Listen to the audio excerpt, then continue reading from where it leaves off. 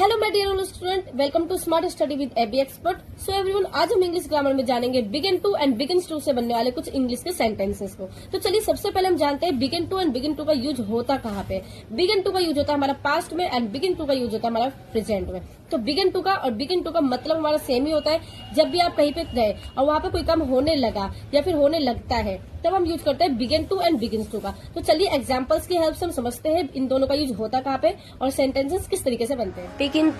Begin to का use हम करते हैं प्रेजेंट में। फॉर एग्जाम्पल, मैं वहाँ आता हूँ तो तुम सोने लगती हो। When I come there, you begin to sleep. And second example, वह जब भी आता है मैं पढ़ने लगती हूँ।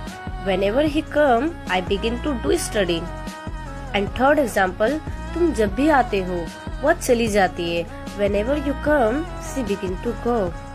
I hope you all are understood. Begin to का यूज होता है जिस भी हिंदी सेंटेंस के लास्ट में लगता है, लगते हैं, लगती है आए। Now we will know about begin to. Begin to का यूज होता है पास्ट में। फॉर एग्जाम्पल, मैं वहाँ आया तो तुम सोने लगी। When I come there, you begin to sleep. And second example, वह जब भी आया मैं पढ़ने लगी। Whenever he come, I begin to do studying. And third example, तुम जब भी आए वह चली गई। Whenever you come, she begin to go. I hope you understood. You don't have doubt. जिस भी हिंदी सेंटेंस के लास्ट में लगा, लगी, लगे आए वहाँ पे बिगिन टू का यूज होता है।